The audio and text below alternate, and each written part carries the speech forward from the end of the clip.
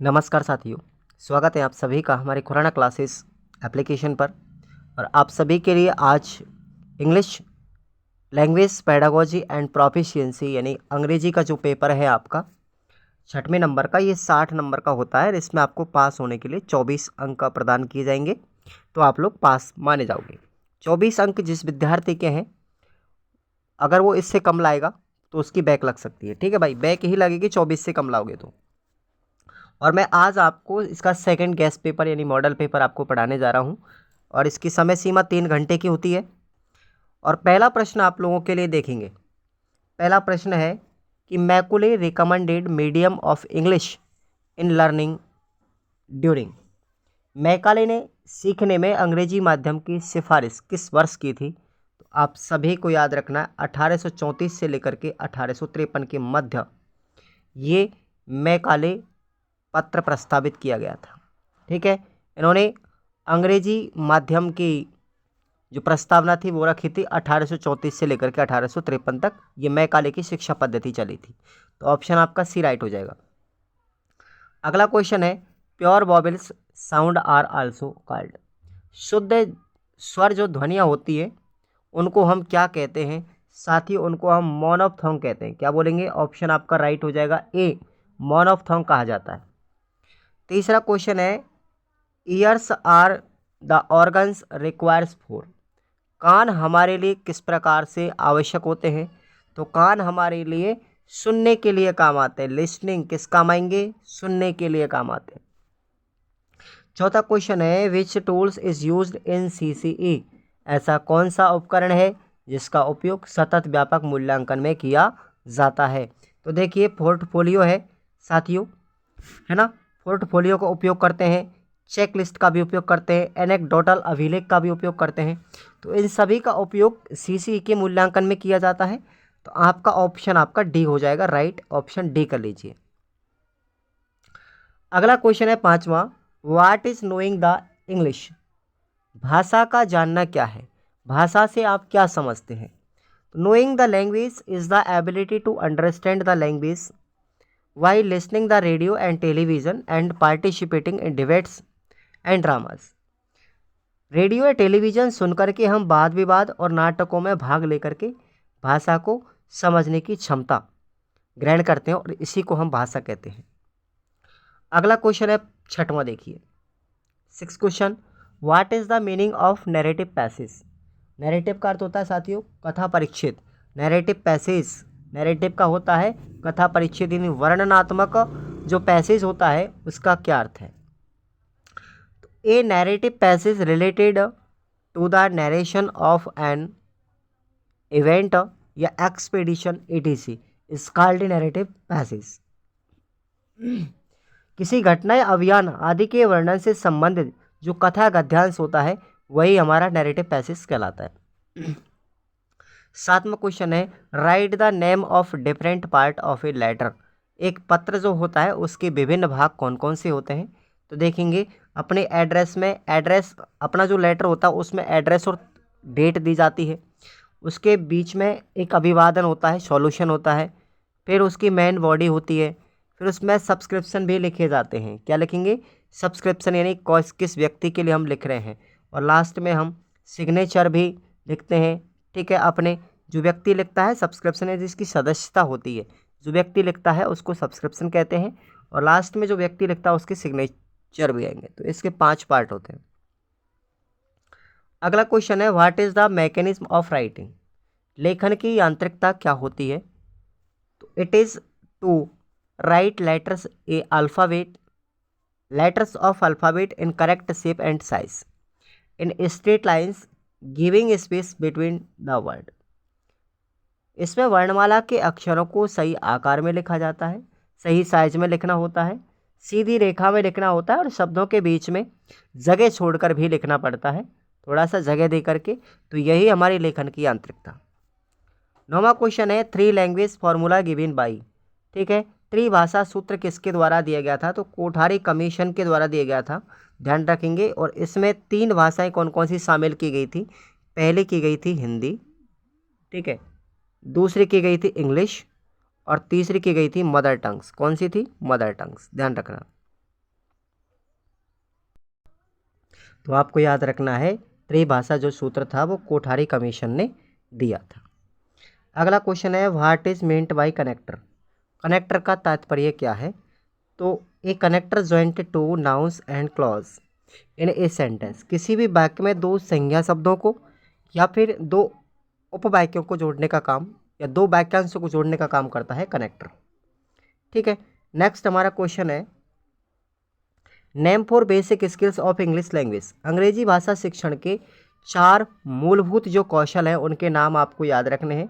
पहला है लिसनिंग, ठीक है, दूसरा है स्पीकिंग, तीसरा है रीडिंग और चौथा है राइटिंग। तो ऐसे याद रखना LSRW, ठीक है, ये 4 हो जाएंगे।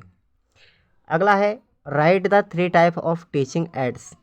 तो जो टीचिंग के जो विज्ञापन होते हैं ना वो 3 प्रकार के हैं। कौन कौन से हैं? पहला है ऑडियो, दूसरा है विजुअल। पहला नहीं, ऑडियो का मतलब होता है श्रव्य, विजुअल का मतलब होता है दृश्य, और ऑडियो विजुअल का मतलब होता है श्रव्य दृश्य। ये एड्स होते हैं, ये सामग्री होती है। ठीक है भाई। 13वां क्वेश्चन है what reduce under the head scholastic aspect. शैक्षिक पहलू के अंतर्गत क्या क्या कमी आती है? ठीक है, तो भाई क्या क्या चीज़ आती है? तो ये आपकी आंसर हो जाएगा सतत व्यापक मूल्यांकन आता है इसके अंदर। क्या आता है? शैक्षिक पहलू के अंतर्गत सतत व्यापक मूल्यांकन की कमी आती है। Write the full form of this word. आपको कुछ शब्द दिए गए हैं, उनकी आपको फुल फॉर्म लिखनी है। तो देखो डाइट जो होता है ना, डाइट की फुल फॉर्म होती है district institute of education and training. दूसरा है SIERT। तो SIERT की फुल फॉर्म है साथियों state institute of education research and training. NCF की फुल फॉर्म है नेशनल कैरिकुलम फेडरेशन। ठीक है, अब फेडरेशन नहीं है, ये फ्रेमवर्क है साथियों।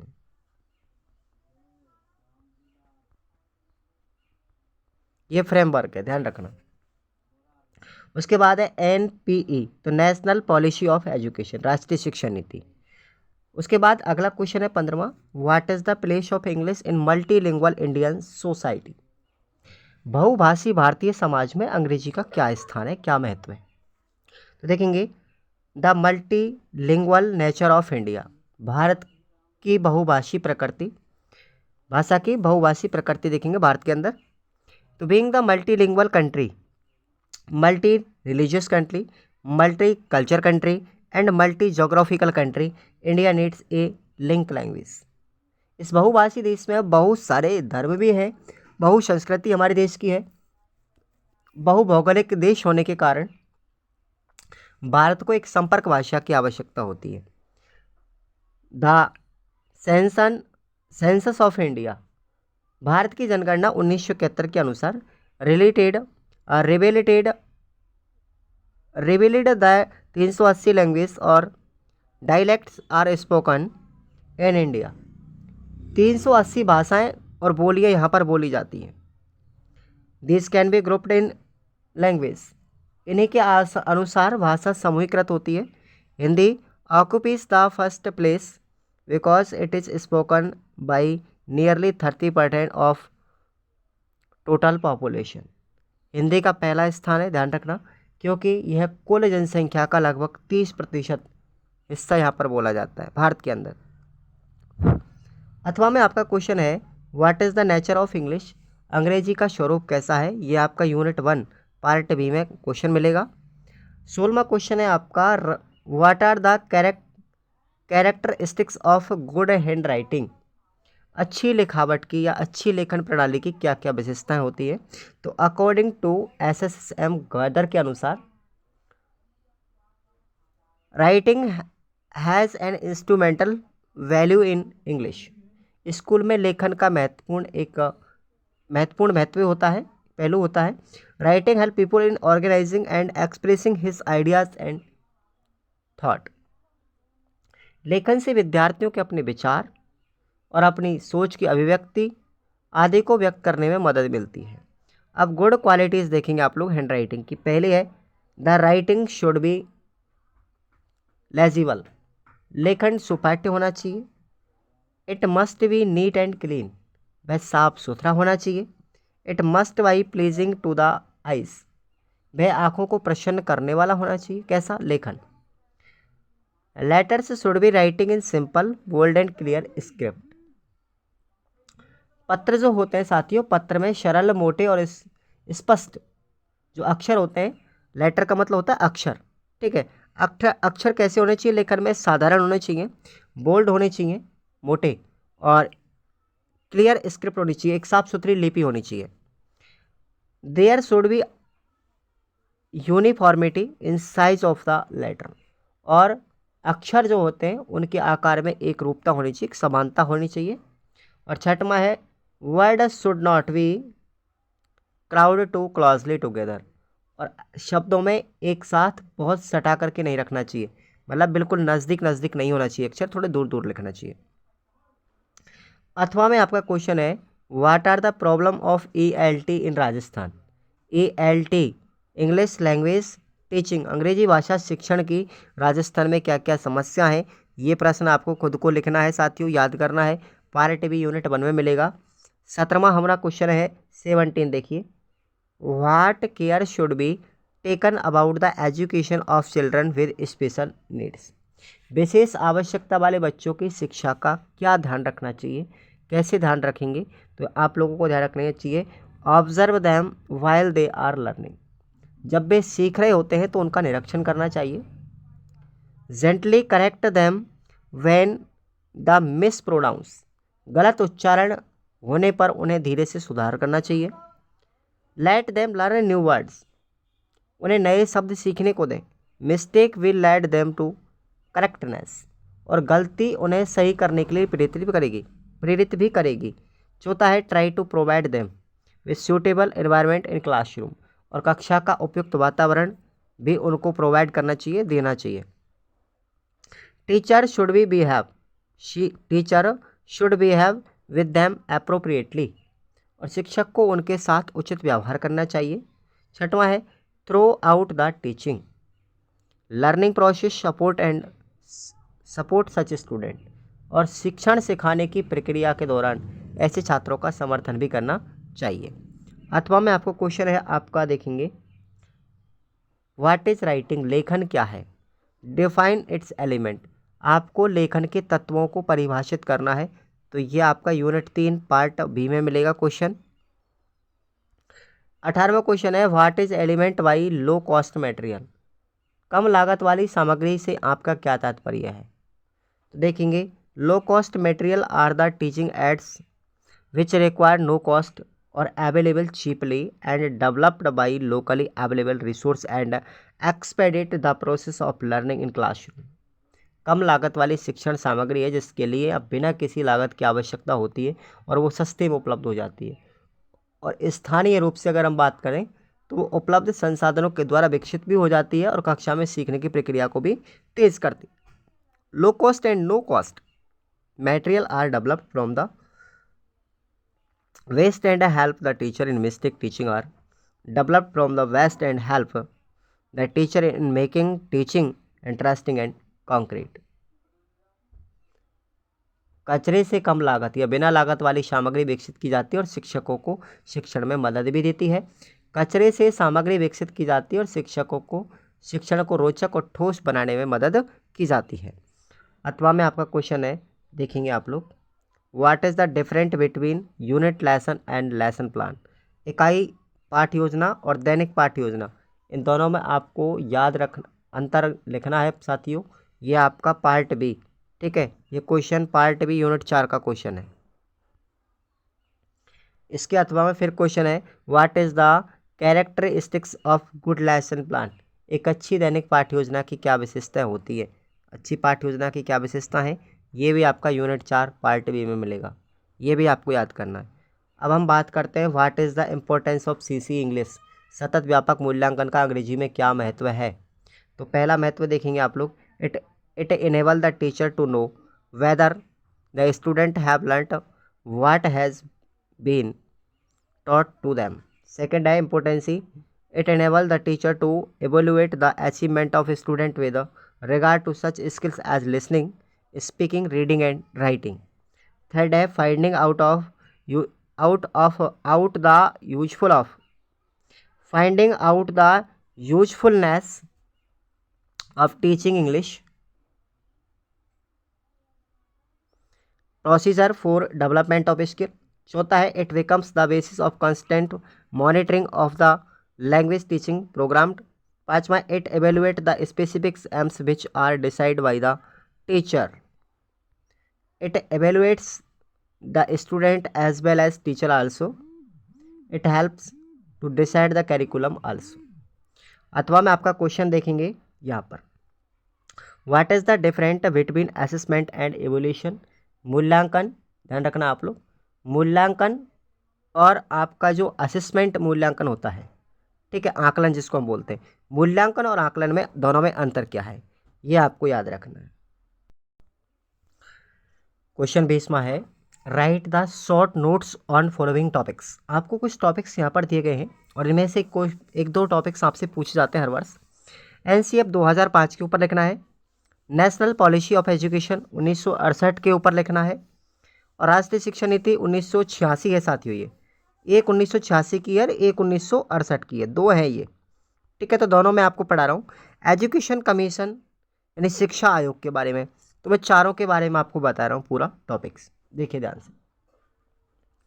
एनसीएफ 2005 क्या होता है, it place different type of demand and expectation on the teacher. Text book for primary classes developed in the line with the NCF 2005 have already been implemented, ठीक है। तो ये आपको ध्यान रखना है, यानी एनसीएफ 2005 जो है ये शिक्षक पर विभिन्न प्रकार की मांग और अपेक्षा रखता है।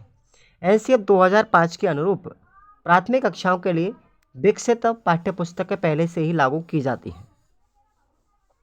उसके बाद है हमारी राष्ट्रीय शिक्षा नीति 1968 की, देखेंगे है ना, एनपीई 1968।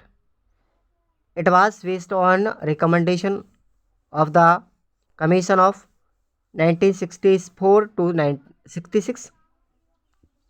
ये जो शिक्षा नीति है ये हमारे 1964-66 का जो आयोग है उसकी सिफारिश पर आधारित थी। NP 1968 led special emphasis on the study of English and another international language.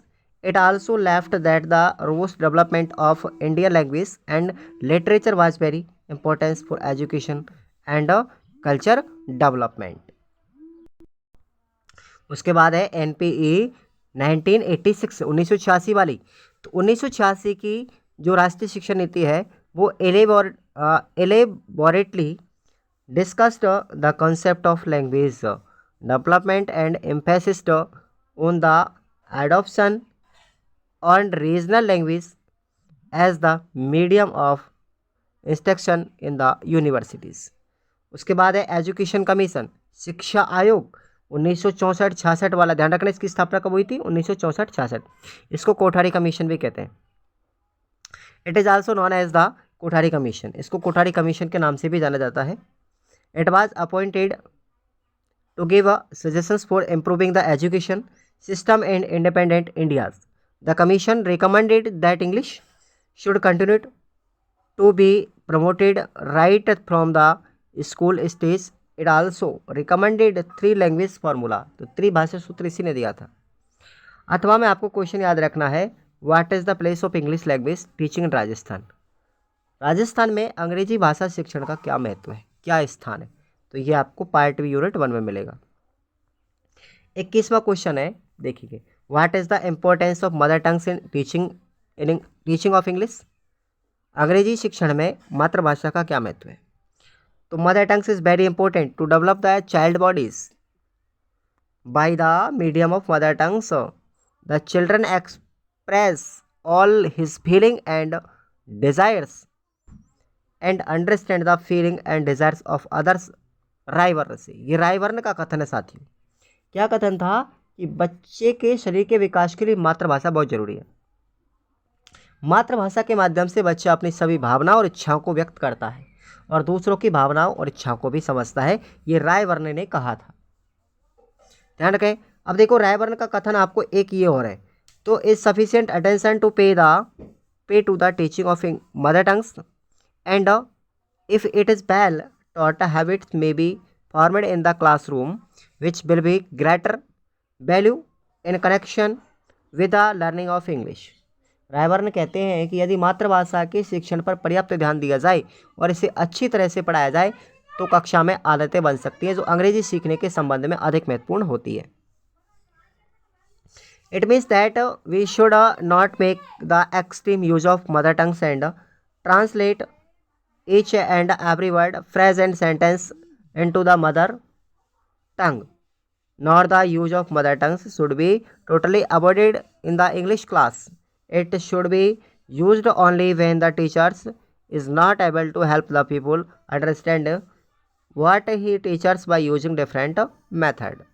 Next हमारा अथवा में क्वेश्चन है, describe the role of teacher in English language class. अंग्रेजी भाषा की कक्षा में शिक्षक की क्या भूमिका होती है। तो ये आपका पार्ट बी यूनिट 3 में मिल जाएगा, क्वेश्चन ध्यान रखेंगे। अब आपका 22वां क्वेश्चन देखेंगे, लेसन प्लानिंग। अब इसमें भाई what is the need of A teaching plan. प्रश्न है शिक्षण योजना की क्या आवश्यकता है। तो आवश्यकता देखेंगे, lesson planning ensure balance in language listening skill कौन कौन से हैं, listening, speaking, reading and writing. इन चारों कौशलों को क्या करता है, ये सुनिश्चित करता है, इनका संतुलन बनाता है। It help in deciding teaching methods and teaching ads. It makes proper atmosphere of for teaching learning process. It make teaching effective and impressive. It reduce the repetition of question. It helps one to be organized the systematic and increasing students participations in the teaching learning. It helps achieving to the desired aims and objective. It becomes permanent record.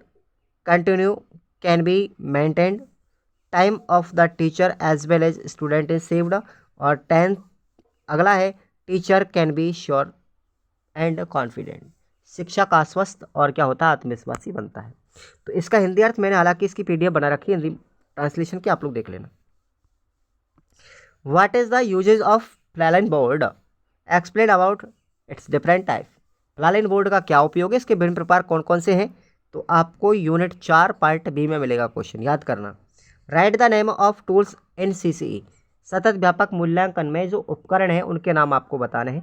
तो number 1 पर है portfolio. It is a collection of pieces of student work. क्या होता है भाई, ये छात्र के जो काम की चीज़ें होती हैं, काम के टुकड़े होते हैं ना, जो लिखित कार्य होता है बच्चों का, उसका संग्रह करता है पोर्टफोलियो।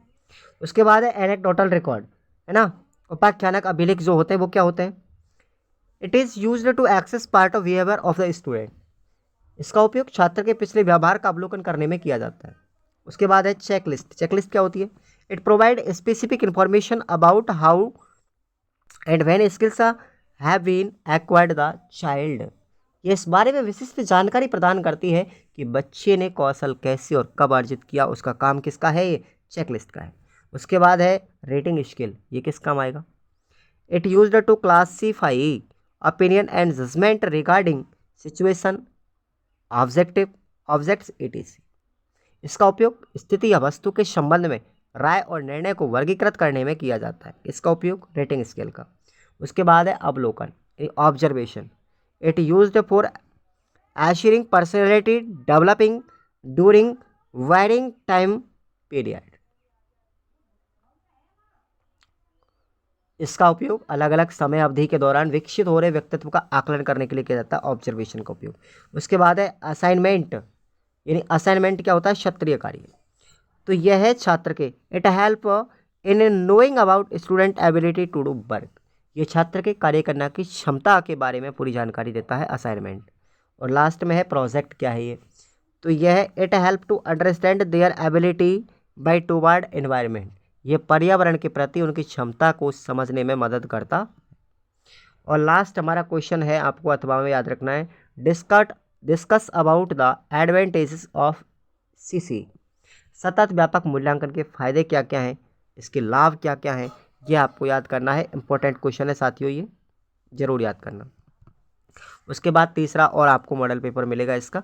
इसकी जो हिंदी पीडीएफ है ट्रांसलेशन की, वो भी आपको इसी ऐप में दी गई है। चिंता मत कीजिएगा, आप लोग पढ़ सकते हो। Thank you so much.